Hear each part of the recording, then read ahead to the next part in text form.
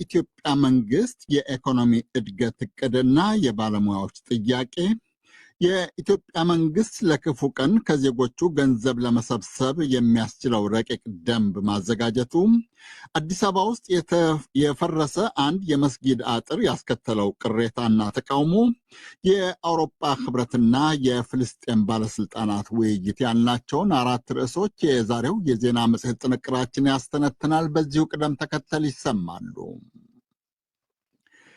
የኢትዮጵያ ምጣኔ ሀብት ዘንድሮ በ8.4 በመቶ ያድጋል በማለት የሀገሪቱ መንግስት የነደፈው እቅድ ገቢር እንደሚሆን ጠቋሚ ምልክቶች መኖራቸውን አስታወቀ። አንድ የምጣኔ ሀብት ባለሙያ ግን የመንግስትን እቅድና ግምት አልተቀበሉትም። ባለሙያው እንደሚሉት ሰላም ሳይሰፍን የምጣኔ ሀብት እድገት ሊኖር አይችልም። የኢኮኖሚ እድገት ሁልጊዜ ጥሩና የተስማማ ፖለቲካ ይፈልጋል ያሉት ባለሙያው የምጣኔ ሀብት እድገት አልሚዎችን የሚስብ ሁኔታ ይፈልጋል በማለትም ይከራከራሉ። የአዲስ አበባ ወኪላችን ሰለሞን ሙጬ ዝርዝር ዘገባ ልኮልናል። የኢትዮጵያ የፕላንና ልማት ሚኒስትር ፍጹም አሰፋ ሰሞኑን ጠቅላይ ሚኒስትር አብይ አህመድ በተገኙበት መንግስት የያዘውን የ8.4 በመቶ የኢኮኖሚ እድገት ውጥን ሊያሳካ የሚችልበት ያሏቸው አመላካቾች መኖራቸውን ዘርዝረዋል። ከሀገሪቱ ጠቅላላ ምርት አንጻር ቁጠባና ኢንቨስትመንት ማደጋቸውን፣ የሀገር ውስጥ ገቢ መጨመሩን፣ የ3.5 ቢሊዮን ዶላር የዕዳ ሽግሽግ መደረጉ፣ የውጭ ምንዛሬ ክምችት ማደጉንም በአዎንታ ጠቅሰዋል። አመቱን ስንጀምር ትንበያው 8.4 በመቶ እንደምናድግ ነው። ይሄ በጣም ኮንሰርቫቲቭ ነው። መሀል ላይ መልሰን ለመፈተሽ ጥረት አድርገናል። አንዳንድ አመላካቾች ይሄን ትንበያ ስናደርግ 8.4ን ታሳቢ ካደረግነው በላይ ውጤት እንዳስመዘገቡ ያሳያል። ይህንን የመንግስት እቅድ በተመለከተ በአዲስ አበባ ዩኒቨርሲቲ የምጣኔ ሀብት መምህር ለሆኑት ዶክተር አጥላው አለሙ ጥያቄ አንስተናል። ባለሙያው ለውጥ እንዲመጣ የእድገት ወሳኝ የሆኑ ጉዳዮች የካፒታል፣ የሰው ሀብትና የቴክኖሎጂ እድገት ጨምሯል ወይ ሲሉ መልሰው ጥያቄ አንስተዋል። እኔ አይመስለኝም። በአጭሩ ሳይሆን ይህን ያህል እድገት ሊኖር አይችልም። እንደ ሰላም ከሌለ እድገት አይኖርም ማለት ህግ ደንብ አሁን በከተማ ውስጥም በገጠርም ያው ሰዎች እንደልባቸው ይሰራሉ ወይ የሚለው ነገር በሰላም ኖሯቸው ክሪኤቲቭ ሆነው ነፃ ሆነው ይሰራሉ ወይ የሚለው ነገር ዳውት እና እኔ ዝም ብሎ በተአምር አይመጣም ያልኩ ለዚህ ነው። እነኛን የሚያሳድጉ ነገሮች ከኋላ አሉ የሚለውን ነገር የሚያስተውል ሰው ይህን ያህል እድገት ይኖራል ብሎ ለመገመት በጣም ይከብዳል። ከጥቂት ሳምንታት በፊት በህዝብ ተወካዮች ምክር ቤት ማብራሪያ የሰጡት ጠቅላይ ሚኒስትር አብይ አህመድ ግን የሀገሪቱ የኢኮኖሚ ተጨባጭ ሁኔታ ጤነኛ የሚባል ስለመሆኑ ገልጸው ነበር። ኢኮኖሚው ከምን ጊዜውም በላይ ጤነኛ የሚባል እና ተስፋ ሰጪ ነገር ይታይበታል። የምጣኔ ሀብት ባለሙያና መምህሩ ዶክተር አጥላው አለሙ ግን የኢኮኖሚ እድገት ጥሩና የተስማማ ፖለቲካ ይፈልጋል ባይ ናቸው። የኢኮኖሚ እድገት ሁልጊዜ ጥሩ ፖለቲካ ይፈልጋል፣ የተስማማ ፖለቲካ ይፈልጋል፣ ኢንቨስተሮችን አትራክት የሚያደርግ ሁኔታ ይፈልጋል፣ ሰዎች እንደልባቸው ተንቀሳቅሰው የሚሰሩበት ሁኔታ ይፈልጋል። የመንግስት ዋናው ስራ ምርት ማምረት አይደለም፣ ሰዎች ምርት እንዲያመርቱ ምቹ ሁኔታ መፍጠር ነው። ይሄንን ካልፈጠረ አስቸጋሪ ነው።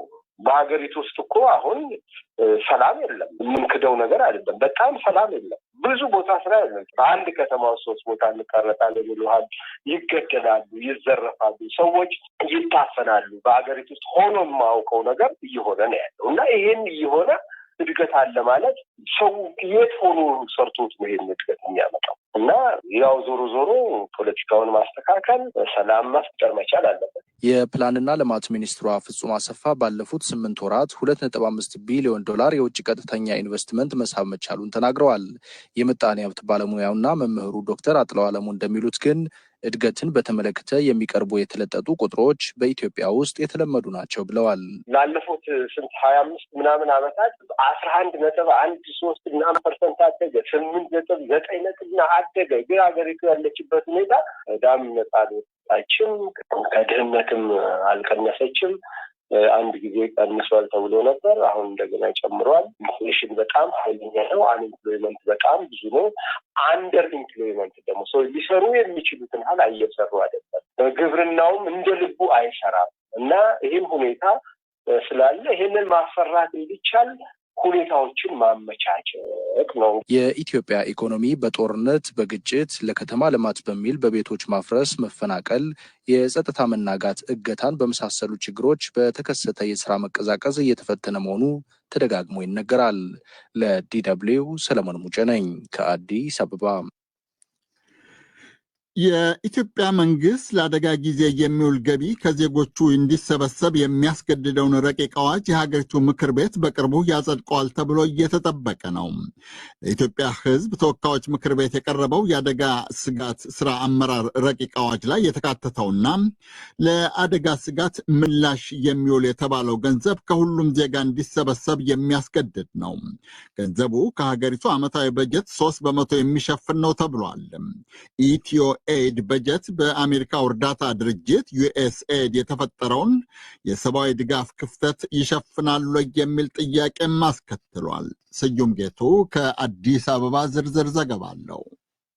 በቅርቡ ለዝርዝር እይታ ለፓርላማ ቋሚ ኮሚቴ የተመራው ረቂቅ አዋጁ የመንግስትና የግል ተቋማት ከሚሰጧቸው የተለያዩ አገልግሎቶች ለአደጋ ስጋት ምላሽ ፈንድ የሚውል ገቢ እንዲሰበስቡ ያስገድዳል። በአዋጁ ከተዘረዘሩትም አገልግሎቶች መካከል የመንግስትና የግል ድርጅት ተቀጣሪ ሰራተኞች ከሚከፈላቸው የተጣራ ደሞዝ ላይ የሚታሰብ ክፍያ እንዲከፈል የሚለው ይገኝበታል። የኢትዮጵያ ብሔራዊ አደጋ ስጋት ስራ አመራር ኮሚሽን ከሰራተኞች ደሞዝና ከግለሰቦች የሚጠበቀው መዋጮ መጠን ወደፊት ውይይት ከተካሄደበት በኋላ በሚኒስትሮች ምክር ቤት በሚያወጣው ደንብ የሚወሰን መሆኑን ገልጿል። የኮሚሽኑ የቅድመ ማስጠንቀቂያ መረጃና ኦፕሬሽን ማስተባበሪያ መሪ ስራ አስፈጻሚ ዶክተር ፍራኦል በቀለ የኢትዮ ኤድ ምስረታ ሀሳብ የመነጨው በኢትዮጵያ ሰፊ የድጋፍ ስራ ላይ ተሰማርቶ የነበረው የአሜሪካ ሕዝብ ተራድኦ ድርጅት ዩኤስኤድ የድጋፍ ስራውን ከማቋረጡ አስቀድሞ ነው። ኢትዮጵያ ላይ በየጊዜው በተፈጥሮ የሰው ሰራሽ አደጋዎች ይከሰታሉ።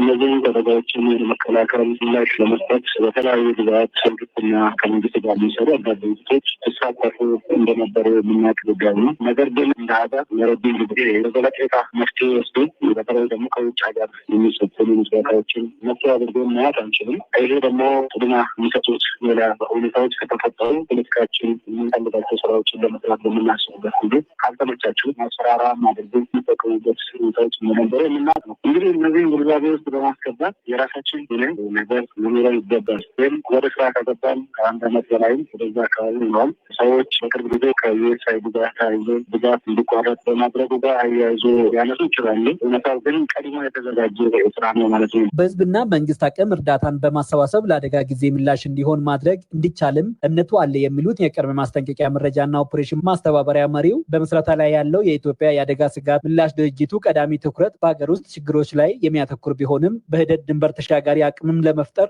እቅዱ አለ ብለዋል። ዓላማው ኢትዮጵያ ምስል እንደዚህ አይነት ነገሮች መጠበቅ፣ መከላከል፣ ምላሽ መስጠት ሆኖ የሚሰራ ነው። ከተሻለ ደግሞ እግዚአብሔር ከረዳን በበቂ ሁኔታ ማደራጀት ከቻለን እንደሚፈለገው ደረጃ ከደረሰ ዛሬ ላይ በዚህ ነው በዛ ነው ማለት አይቻልም። የሚገድበው ነገር የለም። ይህንን ጉዳይ ከዚህ በፊት ለህዝብ ተወካዮች ምክር ቤት በቀረበ ያስታውሳሉ። አሁንም ደግሞ ለሚመለከተው አካል ተመልክቶ ተሰጥቶ አሳቢ ተሰጥቶበት እያዘነበትን እንገኛለን። መጨረሻ ላይ ግን አዋጅ ውስጥ ቀብረ የምናየናል ማለት ነው። የኢትዮጵያ አደጋ ስጋት ስራ አመራር ኮሚሽን ከዚህ በፊት በተለያዩ ጊዜያት በሀገር ውስጥ ለሚፈጠሩ ሰው ሰራሽና የተፈጥሮ አደጋዎች ምላሽ ሲሰጥ የመንግስት በጀትና ከአጋር ድርጅቶች የሚሰበሰቡትን ሀብት ተጠቅመዋል። አሁን እየተደራጀ ነው የተባለው የኢትዮ ኤድ የአደጋ ስጋት ምላሽ ሁሉም ዜጎችና በየትኛውም ዘርፍ የተሰማሩት ተቋማት ተሳታፊ የሚሆኑበትና ዘላቂ መፍትሄ እንዲሆን መታሰቡን የተብራራው ረቂቅ አዋጁ የተመራለት የኢትዮጵያ ፓርላማ የውጭ ግንኙነትና ሰላም ጉዳዮች ቋሚ ኮሚቴ ባዘጋጀው የባለድርሻ አካላት መድረክ ከተለያዩ አገልግሎቶች ላይ የሚሰበሰበው ገቢ የግለሰቦችን የመክፈል አቅም ያገናዘበ ነው በሚል ጥያቄ ቀርቦበት ነበር።